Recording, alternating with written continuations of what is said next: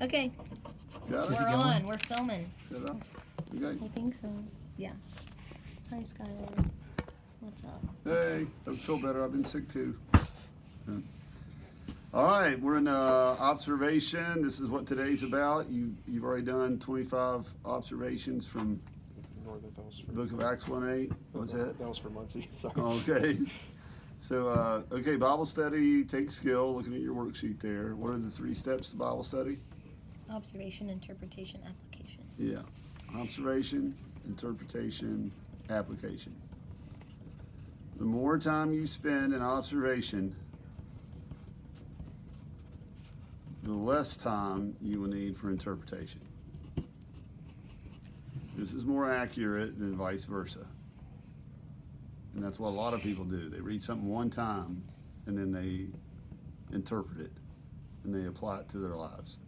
Mm-hmm. You should spend at least 80% of your time observing. And we're going to learn how to observe today. Observation is, what do I see? Interpretation is, what does it mean? And application is, how does it work? And any good Bible study has all 3 elements, but you're going to spend the majority of your time on observation. Psalm 119, verse 18. Look that up, please. Oh, we were supposed to memorize it. Yeah. We've got it. Oh, Yeah, yeah. do you want that? You got it? Open my eyes that I may behold wonderful things from your law. Yep. Yep, that's my verse that I say every time I come to study the Bible. Open my eyes that I may see wonderful things from your law. I love that. I Yeah. think it's so good. That way you get to see it. And it's not hard to memorize. It's like 10 words. Yeah. Right? Me and Matt were trying to figure out the Hebrew of it, but it didn't work out that well. All right. Okay, so you did your Acts 1:8 observations, right? Mm-hmm. I'm going to look over those here in just a little bit. But first thing I want you to do on the back of this board, I've got a picture and I want you to make observations. Hopefully Skylar can see this. Yeah. See it the is. squares? Oh, okay, that's what it is. Can she see the whole board? Yeah. Yeah. Okay. All right. So take 30 seconds. How many squares you see on that board? Don't tell anybody. Don't say And it out then loud. write your answer down.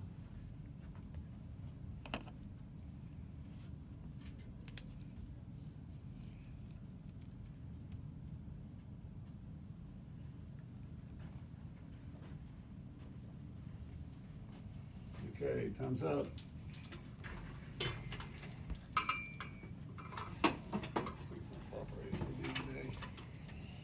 Okay, Mine's already done. did you write down? What'd you get?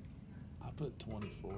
That's what I got too, yeah. Yeah? Wait, 16 boxes, right? Okay, we'll come back. 25. All right, so let's think back to this past week. What was the title of the sermon? I wouldn't expect you to remember, but I don't know. I don't know either. I never say I the wrote it title. down. I don't emphasize the title, so Promise don't worry Child? about. Blake always writes me every week, what's the title? I'm like, I'm not sure. You know, so many pastors try to teach you work on the title. I never know. So it could be Covered in the Dust of Your Rabbi, or it could be The Good Life. Okay? So this week will be definitely The Real Good Life. Okay? What were the major points? Understanding like how almost like a caste system, how the person, if they weren't selected, it was like, oh, they're pretty much destitute to be in that, what their father's trade was, and if they were selected, it was almost like a 20-year life expectancy added on. Okay? That was a major point. What were the major points, plural? So that's one. Something I wrote down was Jesus emptied himself when he came to earth, so much so that he had to learn and grow in wisdom as a boy. So he humbled himself to be like us. Okay. Good. What else? When he first called the disciples, how he hadn't made himself known to them like spiritually, and they just followed him because it was the potential to get out of the system. Yep. Jesus chose the weak. Yep.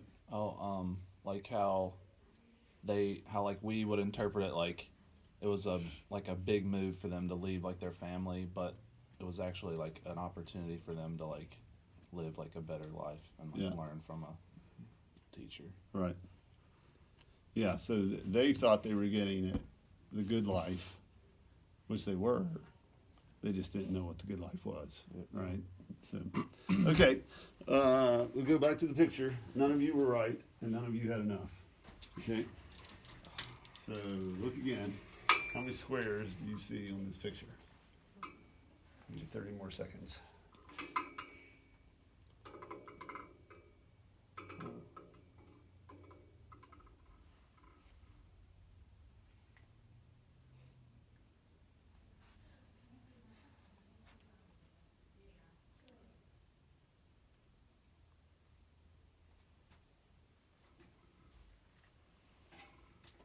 Okay. What do you got now? 30. I still have 24. I don't understand. I'm an English major. Like, I don't know. Okay. I'm gonna say 32. Okay. All right. What color tie did Jeremy have on Sunday? Was it green? I don't know. He didn't have I a don't tie on. care. He didn't have a tie on. Yeah. That's right. Just wears Marshall. He had green pants on, I think, but he didn't have the tie. Okay, we're gonna go back one more time. See what you get. I don't get where you guys are getting like 24, 25, 32. I just see 16 little boxes, then there's one big square. That would be 17. Yes, but I don't 16, know. Yeah, I'm like 17. I don't know. Keeps going up every time. I don't understand. All right, so we'll go through. So you got the 16, Mm-hmm. all individuals, right? Mhm. Then you've got Okay. 4 of these. Yeah. Do that. 620. That's 20. Okay. And then, here, you point them out. You got 30. Let's see your 30. Okay. Then from those, 21, Yep. 22. Kind of like the Red Cross 23, symbol. Oh, yep, gosh. 24, This is Yeah. so then stressful. 25, Yep. 26, Yep. 27, Yep. Going 3 28. by 3. Yeah. Then 29, counting the big one. Uh-huh. Oh, crap, where did I get the other 4? There is one more. It's the last one. Matt, There's what's your only major 30. again? There's only 30. Crap. Matt, what's your major? Finance. Yeah, see, Matt and I aren't meant to get that. I got to 29 this We're time. not engineers. The middle square. The middle. 4. Yeah, the 4 by 4. Yeah. Yeah. Okay. Now, usually, though, if I would have had you keep staring for hours, it would have clicked with you. Yeah, I guess. You would have found it. All right. So, all right. So, what does that lesson teach you? That There's more to what you see than what you see. All right. Keep looking. Yeah. All right. How do we read love letters? When I was in Spain, this was back before emails. It wasn't that long ago. It was 30 years. Went in 30 years. Dee wrote me a letter when I was in Spain every day. I did a summer gig over there. And every day I would go to the post office.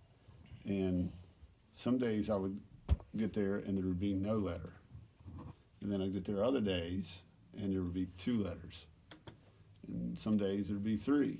You know what I mean? So she's writing me one every day, and one day I get 3. I realize I'm not going to get anyone for a few days or whatever. You just never know.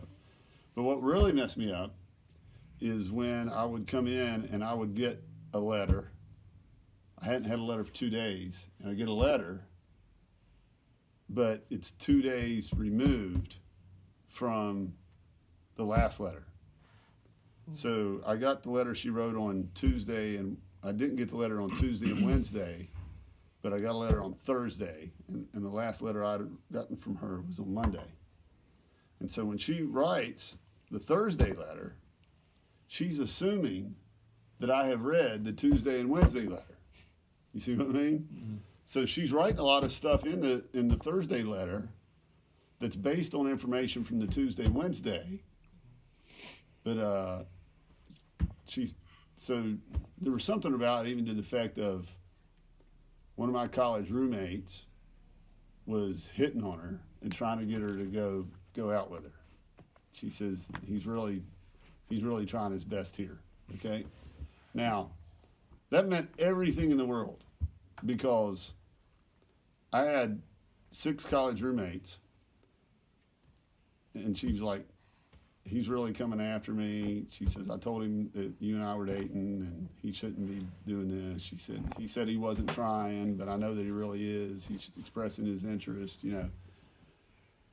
And I'm like, oh boy, you know, it's what I need to do. So finally phone calls were like $8 a minute or whatever. So, so now I get this letter. And so one, I'm mad because I'm friends with these guys. 2 of the guys are good-looking guys, good personality, love the Lord, and they're also good friends with me. So no matter what, I'm just thinking, if it's either one of those 2 guys, this is bad. You know what I mean? Because 1, I'm friends. 2, she might actually be interested. Then there's another guy who I'm not friends with, but he is a good-looking guy, like a really good-looking guy. It wouldn't surprise me if he did. So if it's him, there's gonna be a fight. You know what I mean? When I get back, because I'm going to be back in 3 weeks, and it's going to be on, because I didn't like him anyway. All right. Then there was another guy that just lived with me for a little bit of time, and it wouldn't surprise me, but I wouldn't think she'd be interested. And then there was the last guy, Chris Ridings was his name. I don't know. He's probably 5'5", just not good looking at all, kind of nerdy, Poor guy. just doesn't have anything going for him. It was him. The nerd. And so I'm just thinking, if it's him, you know, I'm not going to be losing any sleep if I'm on a call. And it was Chris Ridings. But she never said that in her Thursday letter. She did in the Tuesday letter, which would have saved me like $30, because I wouldn't have had to make the $30 phone call back in the day. So now, how does that situation relate to our reading of the Bible? A lot of times we like miss the context of what's going on in the chapter before or the chapter after, and like what it's actually meaning. Like, for example, I'll use like the tattoo, and a lot of people take the 1 Corinthians part out of context because they're talking about sexual morality, how the church was like being improper in that way, and it's like, your body's a temple, don't abuse it. Yeah. So it's like, we take that completely out of context. Or Jeremiah 29:11, it's like, it's the people of Israel that are guaranteed to prosper, even though they will go through trials. Yeah. So it's like, if we don't know that, it's like, oh yeah, I'm going to prosper. Everybody takes it from there, and God has a plan to prosper me. And it's a general principle. That's a good example. You're interpreting it incorrectly. You may even observe it correctly, but you're not observing it correctly within the entire context, right? And a lot of times, man, they assume, like the book of Matthew that I'm doing right now, if you guys watch, I probably do 15 to 20 minutes on an average week. It won't be that quick this week. I probably do 15 to 20 minutes of background on every passage, what it would mean to its original audience, before I get to the actual passage itself. You see? And so just to understand the context, Old Testament scriptures, that the Jews would have known what it would have meant. Okay? So in order to do this properly, we have to learn how to read. Okay? So the first one is, we must learn how to read thoughtfully. Thoughtfully. It says, read with the same mental intensity as a broker reads the Wall Street Journal, as a pilot reads the flight plan. The broker reading the Wall Street Journal, why does he read it so thoughtfully? Because his paycheck depends on it. Yeah, you know, I could lose millions today if I don't time this just right. You know, pilot with a flight plan. Man, if you don't know the weather, if you don't know where the backup airports, I was in a plane flight here with Danny Pelfrey. I don't know how many of you know Danny. But he's a pilot, and we got up, and man, this storm blew in that wasn't on the radar. It just, you know those pop-up storms that just come? It was clear blue skies. He was flying me up to Cleveland one time. And all of a sudden this pop-up thunderstorm comes up. And he said, well, we'll just go around it. And the more we tried to go around it, it was growing faster. I mean, you could just watch it growing faster than we get around it. And then it was enveloping around us. So like he turned around, he said, we're just going to get out of here. And he turned around, we looked behind us, and it was coming in behind us too. We were like in a pocket. And he called down to a local airport, and he said, can you give me your radar thing? And they said, no, there's pretty much thunderstorms all over the place. Well, we're in a little prop plane. And he said, well, there's an airport right down here. We're just going to put it down. So, I mean, and we went straight down through the clouds. We put it down at the airport, and we just hung out there for an hour and a half, let the stuff pass. And I'm like, Danny, have you flown up here before? He said, no. I said, how'd you know there's an airport 5 miles from us where we can put it down? He said, everywhere that you fly, you always know where all the airports, all the landing strips are along the way, because you never know when you need to put down. Yeah. So that's the flight plan part, is you got to know where to put it down, okay? So our spiritual lives are like this. You know, your spiritual survival one day, or someone else's spiritual survival, may depend upon your knowledge of the Word.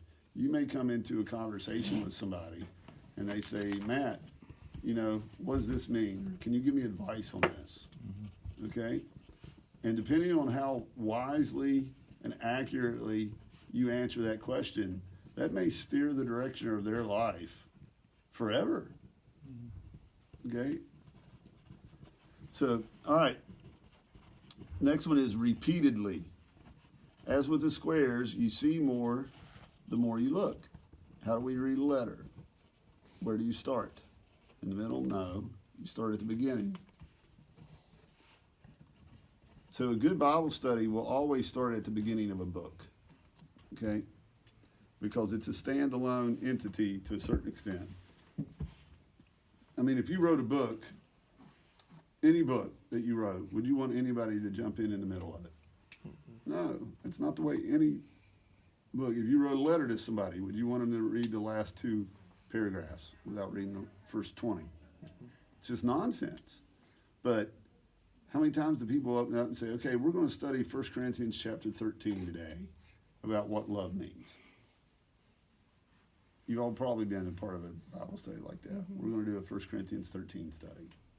Or we're going to study predestination, turn to Ephesians chapter 6 or something like that, okay?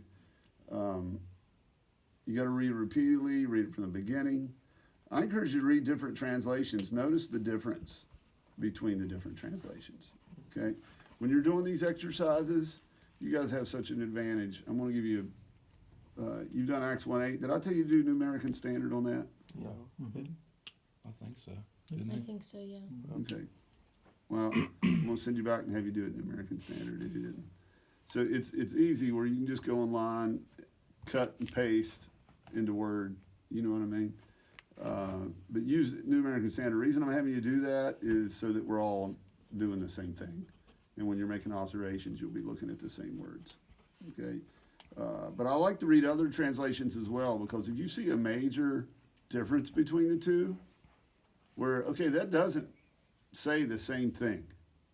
There's a reason why it doesn't. And that's something you're going to need to ask. And we're going to learn how to figure that out. Okay? Deuteronomy 6:7.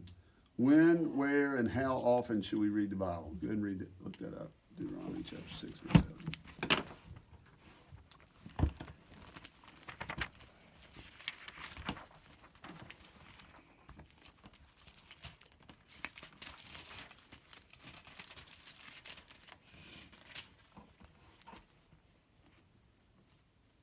Okay.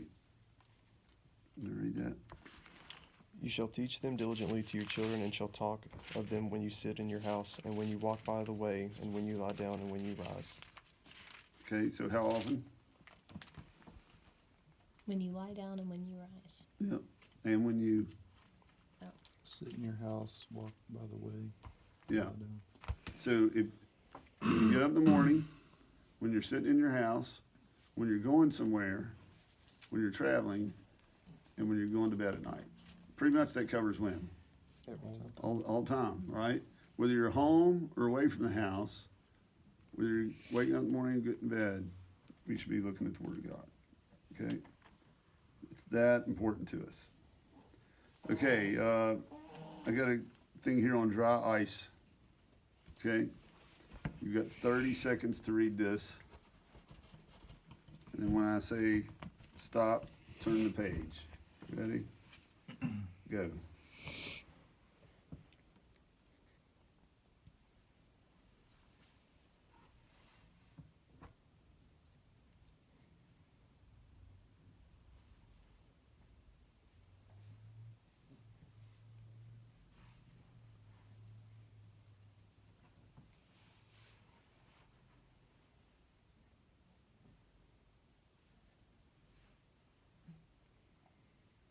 Stop, turn the page.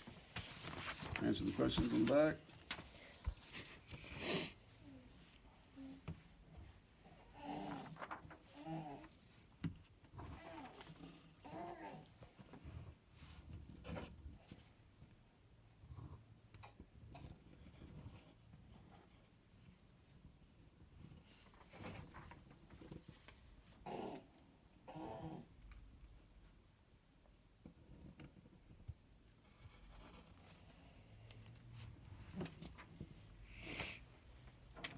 Okay, now flip it back over and check your answers.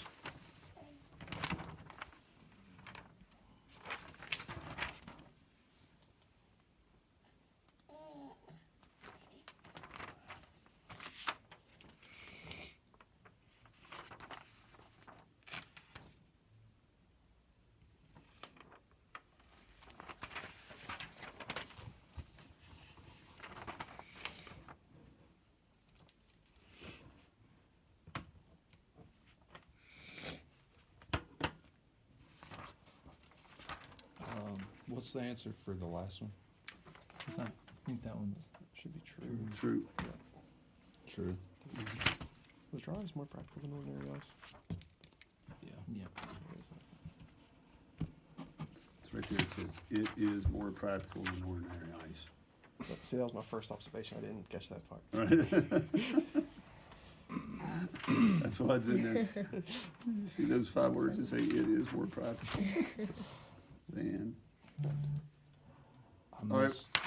missed the last one. I think I skipped over those parentheses. All right. What do you learn from this exercise? That You need to pay attention to everything. you Pay attention to what you're reading. What else? need to absorb information, not just like look at it. So that's difficult to do in a short amount of time. You can't do that very quickly. Yeah, these questions are specific, and if you're just reading to get the general idea of it, you're not gonna. Okay. What else?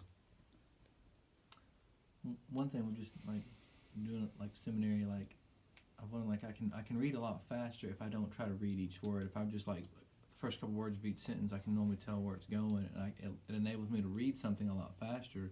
But if you give me a detailed test over it, I won't do well. I could tell you the gist, but if you like give me a detailed test, I'm not gonna do well. So like when I knew I only had 30 seconds, like I did that like first few words.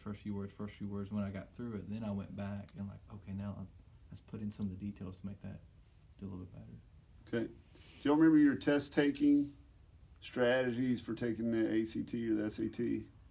What they taught you how to do on the sections? Or did you have any? You just go in cold and take it? For me, they told me just like kind of get the main idea of the question, like reading section, like read through it quickly, go through the question, find the part like you think that will relate to it, and then just answer it and go. Like don't try to second guess yourself because you'll run out of time. Yeah. And then if you don't totally know, put C. Okay, that's And then that's- don't was my leave philosophy. anything blank too, right? Yep. For the ACT, I think that's what it Yeah. was. a big one that I taught my kids, and thank God all of them did well, is just read the questions before you read the passage.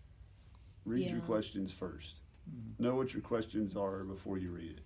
Because a lot of times, man, I just remember my own. It had like 2 columns with like 8 paragraphs. And then I'm reading, studying down through that and take my time reading it. And I turn the page and there's 2 questions on that 2 columns that would have taken me, I mean, it took me 5 to 8 minutes just to read those 2 columns because I'm trying to read for detail. And I flipped the page and look, there's 2 questions on this whole thing. It wasn't, I'd been better off to guess than I would have to burn up 8 minutes for just those questions. So that this goes to purposefully. Okay, the next blank to fill in there is purposefully. What is the aim of the author? Okay, and this is what happens if you ask questions of the text before you get there. You're going to observe a lot more accurately and a lot more quickly. Okay, and this is just straight observation. Okay, grammar tells us the purpose of the author, and I'll show you what I mean by that. Okay, So, first thing we're going to look at is how to parse a verb. Okay? Verbs are the keys to meaning. You're an English major, is that what you said? So you should be all about this. Oh Okay. yeah. All right, so you may want to teach us this today. If I know the stuff. All right, so let's start out with a simple verb, simple sentence. Okay, there's like 12 squares. Keep counting it down. Person, number, voice, tense, mood. What's person, Sarah? The subject, I guess. Okay. Person is, it's either first, second, or third. Person, Oh, number, voice, tense, mood. Okay. Person is either going to be what every time? First, second, third. First, second, third. There you go. Good job, man. It's either going to be first, should have been an English major, Matt. You second, just said it. I know. third. Yeah. All That's a right. good observation. And first person is what? I, me. I. That's singular. Okay. Number is always going to be singular, plural. Okay. So first number singular is going to be I. First person plural is going to be what? We. Right? Let's talk about the subject. Then two, what is two going to be? You. First person or second person singular is going to be you, singular, And then y'all. y'all, Goes you all. Get that West Virginia. That's second person, somebody you're directly speaking to. Subject is speaking to someone. That's you all, right? And the third is what? He, she, they. Yeah, Or he, she, it. And he, they. she, it. Or if it's plural, they, right? Them. Everybody got that? Now, a lot of this, it just seems really obvious, but you're going to see why it's really important. Okay, the voice. What are the major voices of a verb? I don't know what you mean. Like, what's that? If I tell you the first one, you'll know what it is. Okay. Then I don't know. Active voice. Or passive. Yeah. There's an active voice. There's three major voices. Active, middle, and passive. Okay? Active, middle, and passive. So, if it's active voice,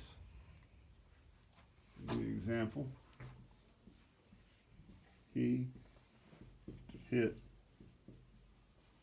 the ball. Okay? If your subject is performing the verb, that's active voice. The subject is actively doing the verb. Everybody got that? Mm-hmm. He was hit by the ball, now your subject is passive. They didn't do anything. They're passive. They're receiving the action of the verb. Get that? That's passive. Can't tell you how important this is when it comes to understanding the New Testament.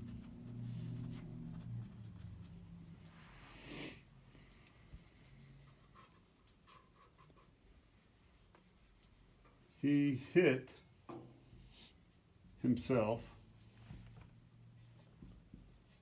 with the ball. What's that? Middle. Why is it middle? Because the subject performed the verb on themselves. Right. Everybody get that? You did it to yourself. That's the middle voice. He hit himself with the ball. He shot himself with the gun. Got that? Okay, the tense. Man, there's a lot of tenses. A lot of tenses. What are the most obvious ones? Past, present, future. Yeah. Present tense. And then future tense. I am doing, it's always, you know, present tense, right? Future, I will, he will, they will, right? Past is where it really gets complicated. But I'm just going to focus on a couple today. Imperfect.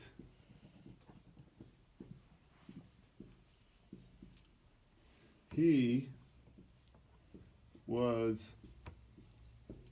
hitting the ball. Okay?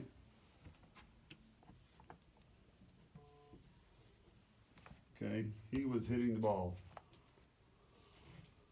That is the imperfect tense. How is that sentence different than he hit the ball? See, if you just say past tense, those have two different meanings. You see? How is that different? It's implied if something's imperfect that it's like perhaps happening continuously, but if something's in the preterite form, then it happened like once. Yeah. Like I hit the ball with the bat, Right. it's like it happened one time, but if I was hitting it, it's implied that it's Yeah, happened it's multiple over and it's completed. Yeah. Okay? So in the Greek, Job. New Testament, That's You heard the word preter. it's called aorist. Okay? That means it's over and it's done. He was hitting is imperfect. The reason it's called imperfect is it's not completed yet. Okay? Aorist means it's over. He hit the ball. He took batting practice. He shot 50 shots. All right, so just even get this picture in your head. This is going to help you understand the Bible come alive to you or anything that you read. He was shooting the basketball. What do you picture in your mind when I say that? He was shooting the basketball. If you had to draw Somebody- a picture, A picture of somebody shooting a basketball. right? Yeah, right. He shot the basketball. Picture of somebody like standing there after the ball had already Been released his hand. Right. He was putting up a bunch of shots. What's your picture? Just like multiple. Yeah, like in practice, go around 3-point range. All right. He put up a bunch of shots. He's done, or he's already He's done. done. All right. That's why it's important. Imperfect means it's still in progress in the past. You got a snapshot of something in the past that was ongoing. Okay. Aorist is it's over and it's done. Okay. Now I'm going to give you another one. He had been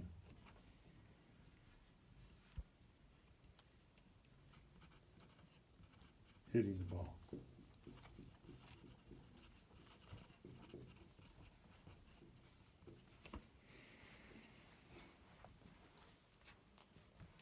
Is that conditional?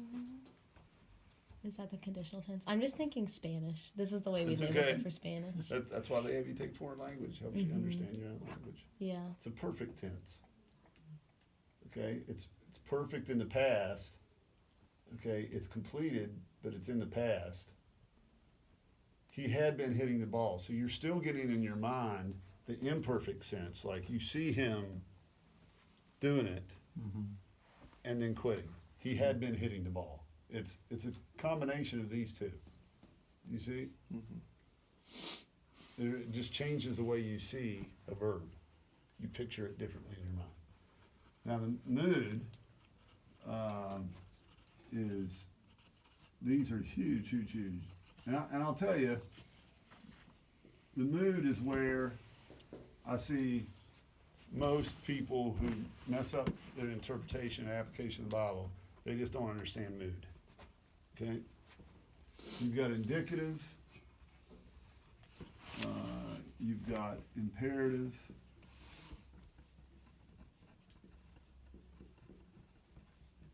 and what other one do I want to put on here for you today? Indicative, imperative, subjunctive.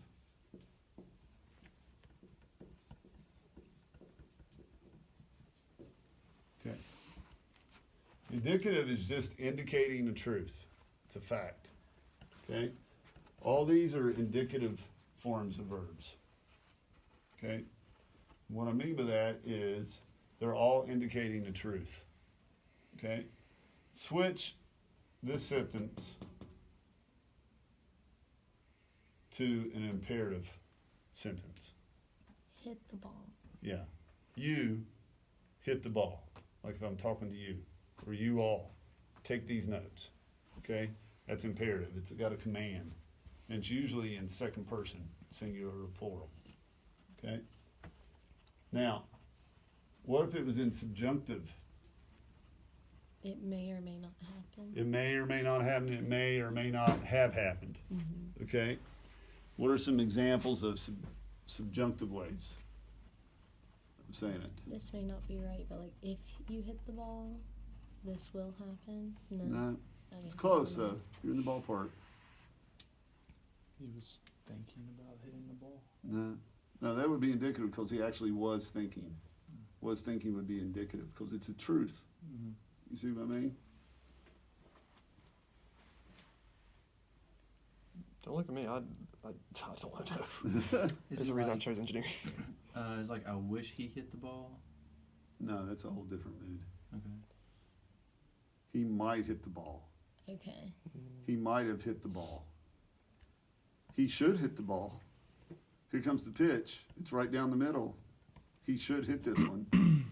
He should make this free throw because he's a 90% free throw shooter. Or like he could make this. He could make this. Okay.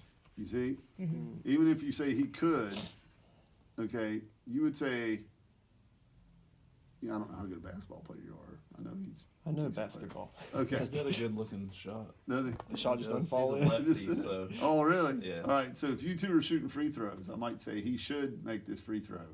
I might say about you, he could make this free throw. That's more accurate. Okay. Both are in subjunctive mood.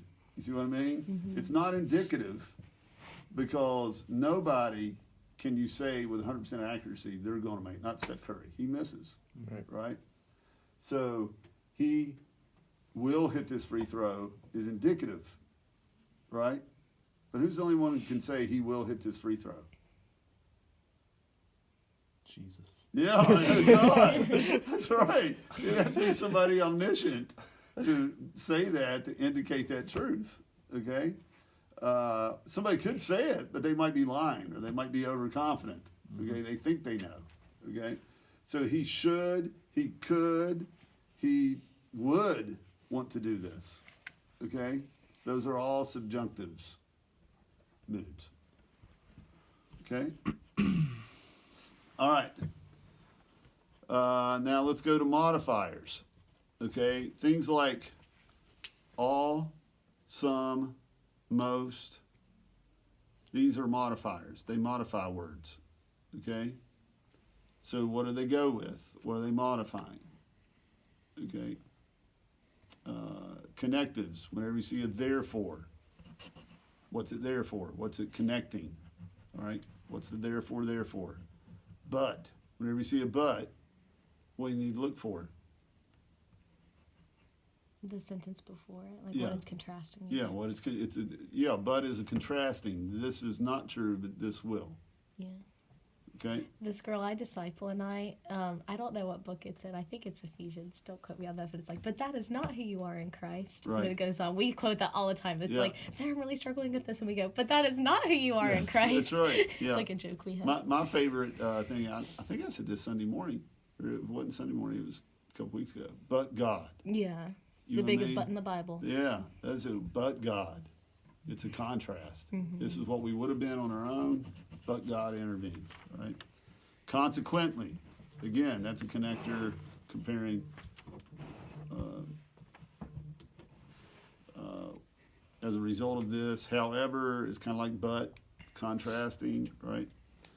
I got laws of structure I want to hand out to you. I need to get that to you. I forgot to print that out. Okay, the next one is selectively. How are we doing on time? We're doing fine.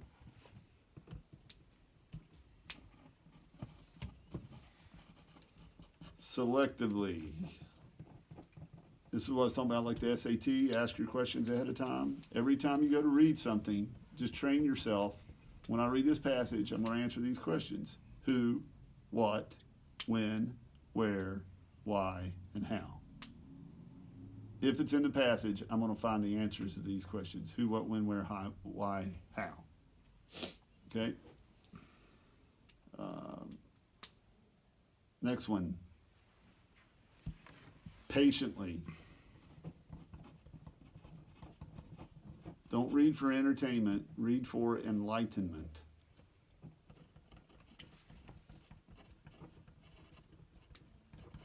Take your time. Don't look at commentaries, don't Google it, don't go to questions.org, even though that's a good, really good website. Be patient with the text and self. And this is something I think this is why a lot of people don't study the Bible. And I've told you guys this before, I'm pretty sure, in this class. Is people will come to me all the time and say, man, I can't believe how much you get out of the Bible. Like I've got some supernatural link to God or something like that. Like, I've read that passage before, but I didn't get nowhere near what you got out of it. It's amazing. I can't believe what you get out of it. And I tell them the same thing every time. Did you spend 15 hours on that passage?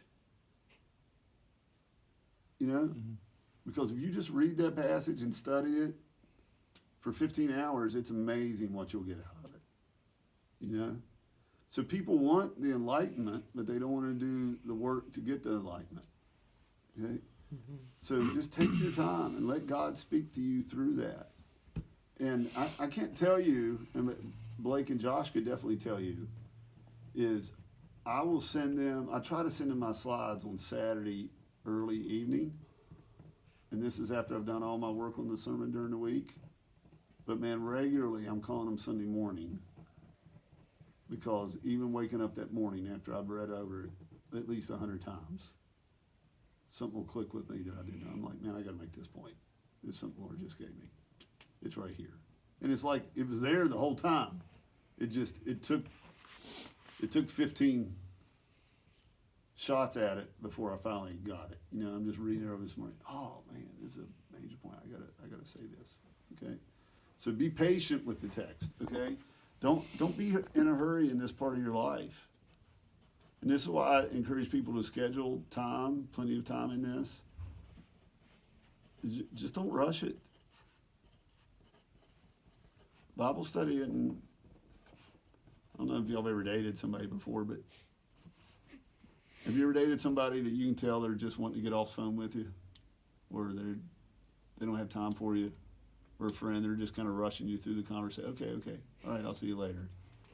They're just not that into you, all right? I just wonder how many times Jesus feels that way when we go to do our Bible study. We wake up and we run through it 5 minutes in the morning because we're supposed to read our Bible every morning, right? Because we're good Christians. But Jesus is like, man, it's kind of like when you call your mom to check on her, your dad. Hey, Dad, how's it going? Okay, I did my obligatory call to Dad. Okay, so be patient with it. Next one's prayerfully. Look up 1 Corinthians 2, verse 14 to 16.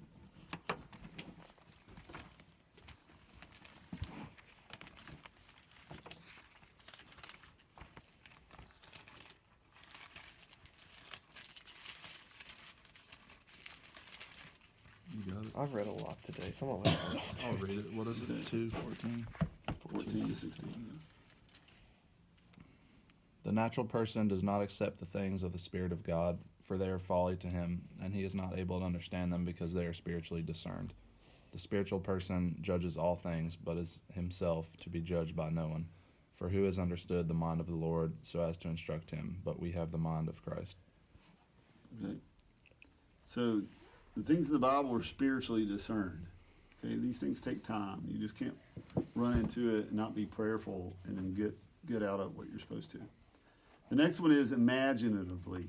Good luck spelling that one. Imaginatively.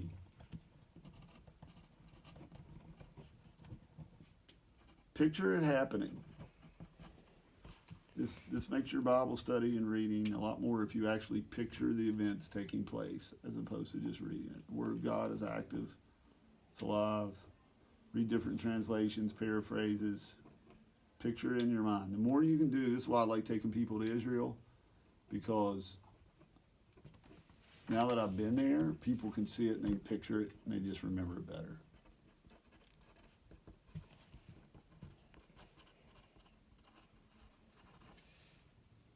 Okay, the next word is meditatively. Look up Joshua 1:8. Sarah, why don't you look up Psalm 1:1 and 2.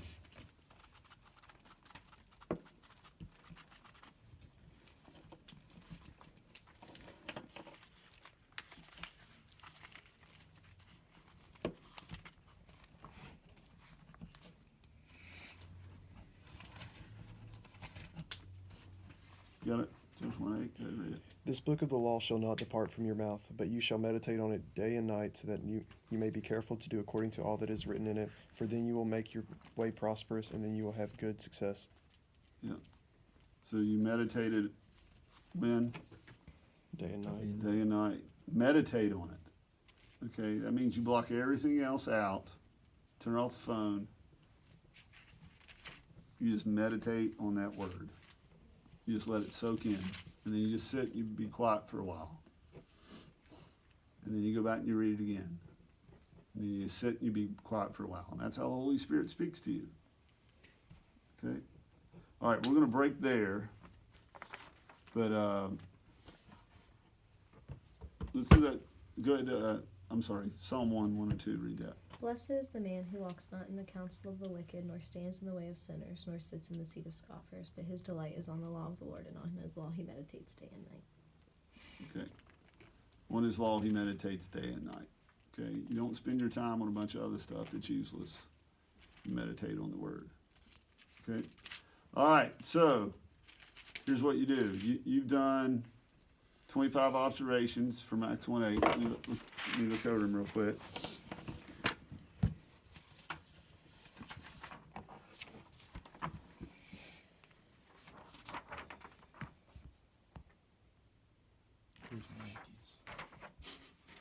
Mackey's got his in.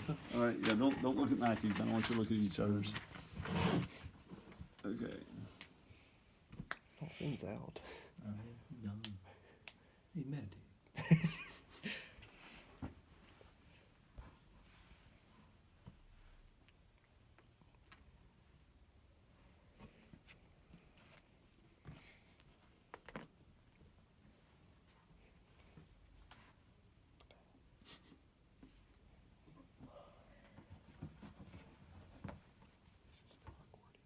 Mm-hmm.